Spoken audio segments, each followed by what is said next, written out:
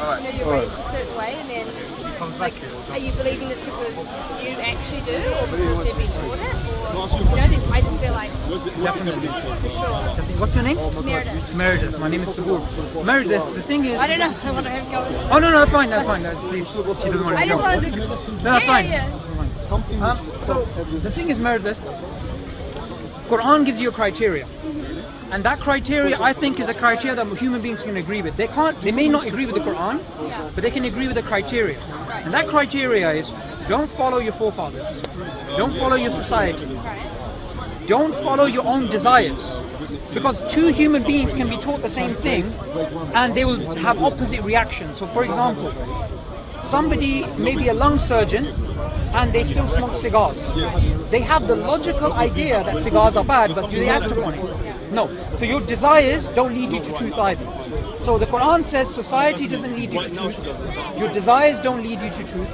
The only thing that leads you to truth is your sound intellect and what's within you. The Quran speaks about human nature, that human beings want to connect to something greater. Some of the best experiences that we as human beings have is when we see a waterfall, when we see the night sky. You can play on your phone all day, you can be on WhatsApp, you can watch, Dunkirk, you can see films. There's nothing that's more hair-raising for the human being than seeing something that's greater than us, seeing something more sublime. That's part of human nature. And what the Quran says is, if you want to connect to God, then look into nature. Because nature is the book of God. When I look at the human body, I think to myself, how can someone study this and not be in awe? I just recently bought an iPhone 7, right? I was so happy. I got it 1 day, 2 days, 3 days later, I was like, just another phone? Just another phone? But, the human body, I have blood running through my body right now, right? And in my veins, in my capillaries, there's blood. If there's leakage in my body somewhere, what happens? I can die. I can have blood clots, right? Yet there is a leakage in my body and your body right now. It's in all human bodies. And the leakage is in your brain. There is a small part of the blood which comes out and drops into a part of your brain which is tested for toxins all the time. So if you manage to eat something which is bad for you, your body will react because it will test that you have just eaten a toxin. Now that is phenomenal. Your kidneys, it does amazing chemical analysis which the best labs in the world can't do. Now this design within us, this is the work of God. And the message of all the prophets of God, forget religion for now, the message of Jesus, the message of Moses, the message of Noah, the message of Abraham, was not to go around killing each other, fighting, taking over the world, whatever. It was have the best relationship, because relationships is what makes you happy. So Meredith, if I was to give you $1 billion, what would you buy? I don't think. Well, I know where I think you're going to go with that, and I think it brings back to your iPhone. It's not about this eternal happiness, and fulfillment or whatever. That's the money. It's not going to do anything. The quality of your life, and I'm going to make a claim, I could be wrong, is only dependent upon the relationships you have with other people, and with all our relationships in general. Right? Now, if I gave you $1 billion and you could buy whatever you want, but no human beings to share that experience with, you'd be upset. Now, Islam teaches, the Prophet Muhammad, peace be upon him, said, I came only, that's what he said, to perfect manners. I only came to help you with your relationships. So in Islam, the quality of your life is dependent upon the quality of your relationships. The best relationship you can have is with the one who created you. And after you have the relationship with the one who created you, Islam and all the prophets of God, they taught to have a good relationship with the environment and with other people. Because you were in your mother's womb for 9 months. I didn't know you, your husband didn't know you if you're married, your friends didn't know you. And when you die and you go in your grave, you're going to be on your own. So you came from a womb and you're going to go into a tomb. And in between this time, the only common denominator, the only person that was present when you were in your mother's womb and when you will be in your grave is God. And if you have a relationship with God, God will show you signs that will lead you to happiness, that will lead you to tranquility, that will lead you to truth. We as Muslims, we don't believe in blind belief. We don't believe, oh, I'm raised in a Muslim family, so therefore I'm Muslim. I'm going to say to this guy, why don't you become Muslim? We believe the best way at arriving at truth is to use your mind and to use your relationship with God and ask Him for guidance. Do you mean to say that atheists and all the people don't have mind? That's a good question. The thing is, I can be rash. You know what, in this country, you sound like you're from Australia. No, New Zealand. New Zealand, there you go. Sorry about that. Now, you know, in this country, if you go buy a cigarette packet, it has a really horrific picture. I don't know if you've seen it. Yeah. Right? Now, those people who are smoking cigarettes, do they not know it's bad for them? They do know it's Say bad they'd be living under a rock if they didn't. So, logic doesn't mean it's going to affect your behavior. It's about your heart. And the Quran says, on the day of judgment, the only person that will be saved is the one who has a sound heart. A sound heart will always lead you to God and will always lead you to truth. But the things which cloud the heart is society, is other people, is our own desires, is our own sins. But when we try to cleanse our heart, God will put happiness in our heart. In the Quran it says, the only thing that will give you happiness, the only thing that will give you inner peace is remembering God. Remembering God is not, you could be walking around Meredith, just walking out of Speaker's Corner, and you could look at the trees and think to yourself, every single tree has a cell, and every single cell has more information than all the books in the world. You just worshipped God by thinking that way. So Islam teaches we should be continuously worshipping God, and that is the purpose of life. That's what every religion tells, I think. Don't you think so? Not only Islam or I'm fascinated by interesting conversations about this kind of thing and learning out about other people's religions. I wouldn't say necessarily that I have one, but I'd love to hear about other people's views. And what's your opinion on all the others? Like, where do you sort of stand in your beliefs? Now, I'm going to make a claim, but I can't justify the claim in this short time. No, that's fine. And I want you to investigate that in your own time. Yeah, that's all self-discovery. Yeah. Now, all human beings, the Prophet Muhammad said, are born upon a natural state. The natural state is a good state. It's not a bad state. So in Islam, we believe in presumption of innocence, and we always have. Even within here in Europe, about 500 years ago, if I accused you of being a witch, you would have to prove you're not a witch. But in Islam, every human being is innocent until they're proven guilty.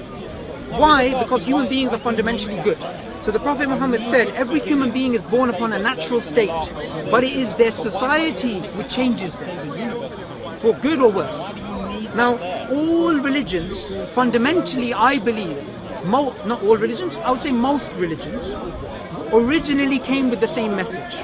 I can't justify that in this short period of time, but I'll give you some evidence for it. For example, in ancient India, we had the Hindu religion. The Hindu religion fundamentally taught there's one God, and you should worship God alone, and you shouldn't make idols. This is what it says in the Vedas, the book of the Hindus. I don't think the Vedas is... I can't justify this right now, let me just complete this sentence, because you're quoting something which is not true. Okay. Vedas says Maya, there's no God in Hinduism. Okay, in the Persian religion, we have the prophet Zoroaster, Zoroasterism. Ancient Zoroaster religion taught you should only worship God alone. And today, Hindus worship idols and Zoroasters worship fire. Jesus, likewise, he came with a message you should worship God. I can give you a free copy of... where's my bag? There you go. I can give you a free copy of the Quran. This is actually written by Marmaduke Pictou, who is an English aristocrat who was a Christian, but he traveled the Muslim world, became Muslim, and he wrote the first translation of the Quran. Even though the Quran is, even though it may seem like a big book, the Quran has no beginning and no end from like chapter point of view. It's not about, in the Bible we have Genesis to Revelation, beginning to end. The Quran, it's not about reading a particular beginning to end. You can open it up anywhere. But one thing that I have experienced in my life, and many people who've accepted Islam have experienced in their life, in this country we have 100,000 converts to Islam, right? All across the world, Islam is the largest growing religion, even though we have the biggest media misconceptions about us. And the reason why, and I'm going to make a claim, is because when people stop believing what they hear in the news and what society tells them, and they try to connect to God and read the Quran with an open mind, God guides. And I believe if you try and do that, God will guide you too. Can I ask you just one last thing before Sure. I go? I'm real big on like females, I should say. What is your opinion on females? Because Okay.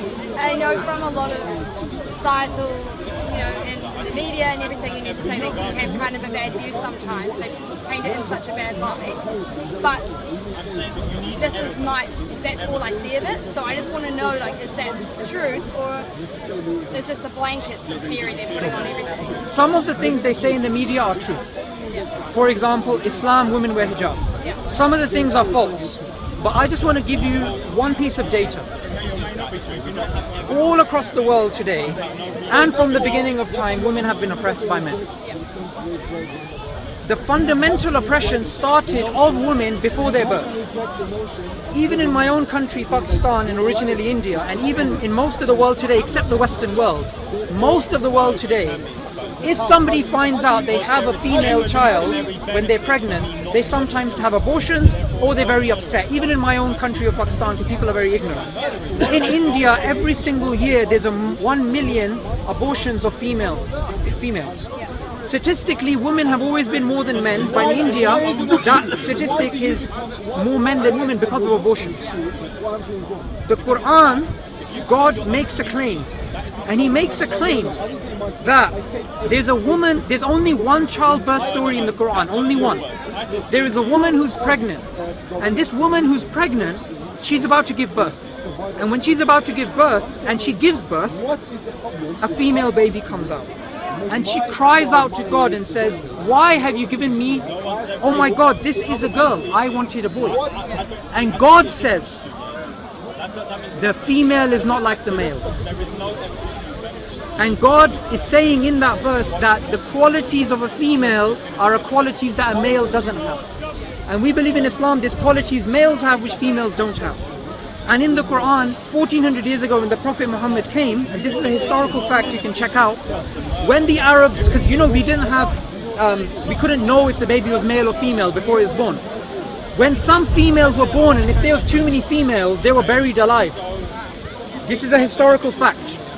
And God says in the Quran that the female which is buried alive on the day of judgment will say, what sin did I commit that I died? Now I myself, I'm a Muslim, and as Muslims, we cannot lie. I only have 2 daughters. And I will never give up my 2 daughters for 2 sons. I swear by God. Why? Because God has honored the females like He's not honored the males. And the Prophet Muhammad said, any person who has 3 daughters, and he takes care of them, and he raises them, educates them, gets them married off, he will be with me in paradise like this. And he said, somebody said, what about 2 daughters? He said 2 daughters as well. I have 2 daughters, and for me that's a gateway to paradise. The Prophet Muhammad never said that about men. Why? Because people generally, especially most of humanity, they prefer boys to women. So I just gave you one piece of data from Islam to show you that men and women in Islam are equal. The Prophet Muhammad said, females are the twin. Yes. What's the translation? Female. Say the Arabic again. Yeah. Females are the twin mates of males. The twin halves. They're the same. The only difference in Islam, and I'm going to be frank about it, we believe the women and men are equal, but they're not the same. So the rights of a woman are not the rights of a man. These rights are different. Now you may think to yourself, and there may be things in Islam which do not fit your paradigm. You may think, why does a woman have to wear a hijab but a man doesn't?